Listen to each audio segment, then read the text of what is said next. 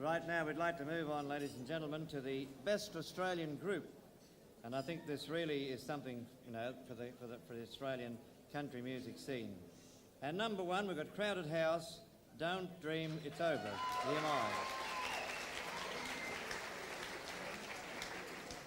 EMI.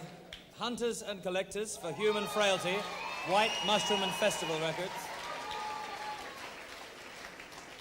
And number three, we have INXS, Listen Like These, WEA.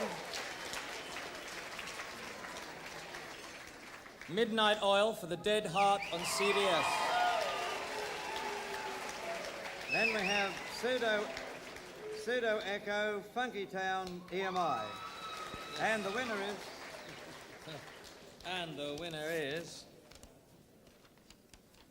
Oh, boys, you're going to be pleased about this. INXS, Listen Like These.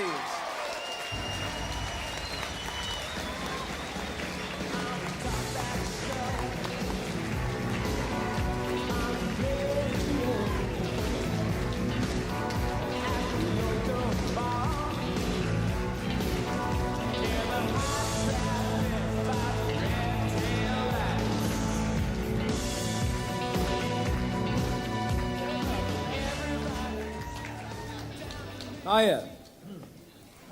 Well, it's grown-up night tonight, isn't it? There's one missing. Some of it.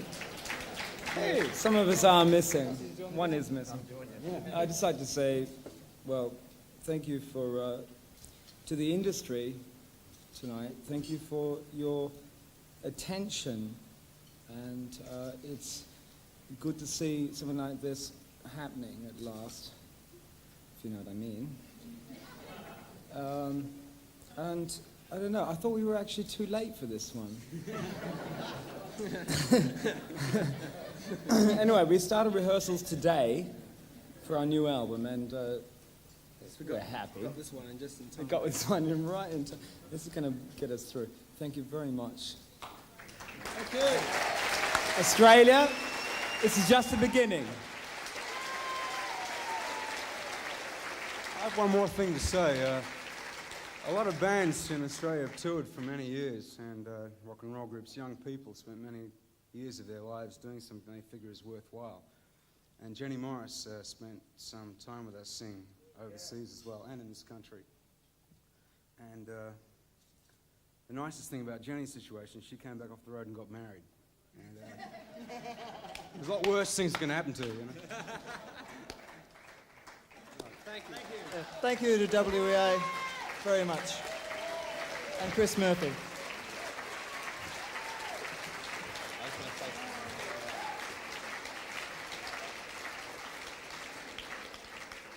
I must admit, I'm very pleased because Chris Thomas, who produced the album, who produced some of my albums, is here tonight, and it was great to see INXS break in America last year. It's tremendous. It's always exciting to see someone from Australia break in America or anywhere.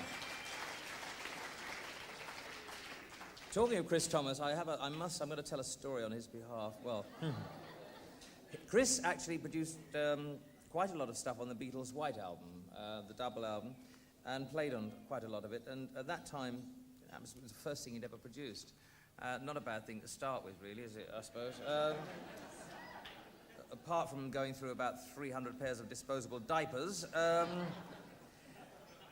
he managed to complete work on a lot of the tracks. And when the album was released, it sold about 2 million in the first half an hour. And that was only in Liverpool. And I shouldn't say this story, it's really naughty. But the people that sort of said, well, thanks very much, Chris, for producing some of this.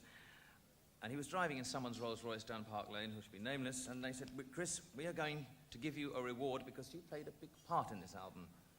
And suddenly he thought of a new house, his own island, and they gave him a cheque for £36.